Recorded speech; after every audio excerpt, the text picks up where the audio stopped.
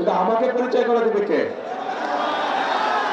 আপনাদের সাথে যে প্রথমে বললাম না যে আমি নিজে ইমোশনাল হয়ে গেছি, তো ইমোশনাল হয়ে কথা বলতে বলতে আসল কাজটা ভুলেই গিয়েছি। আমাদের 6 প্রার্থীকে তো পরিচয় করে দিতে পারবো, কিন্তু আমাকে পরিচয় করে দিবে কে?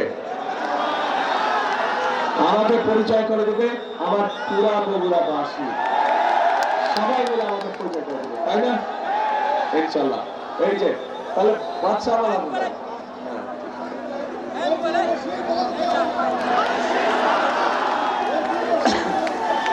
প্রিয় ভাই বোনরা, এই যে এই 6 জনকে এবং ওনাদের সাথে আমিও আপনাদের সামনে দাঁড়িয়েছি।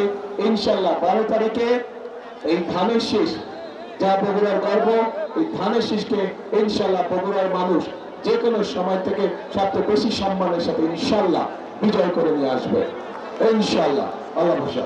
আসসালামু আলাইকুম। কে কোন কাজ করবে? এটা কাজ করলে কি হবে? ওকে।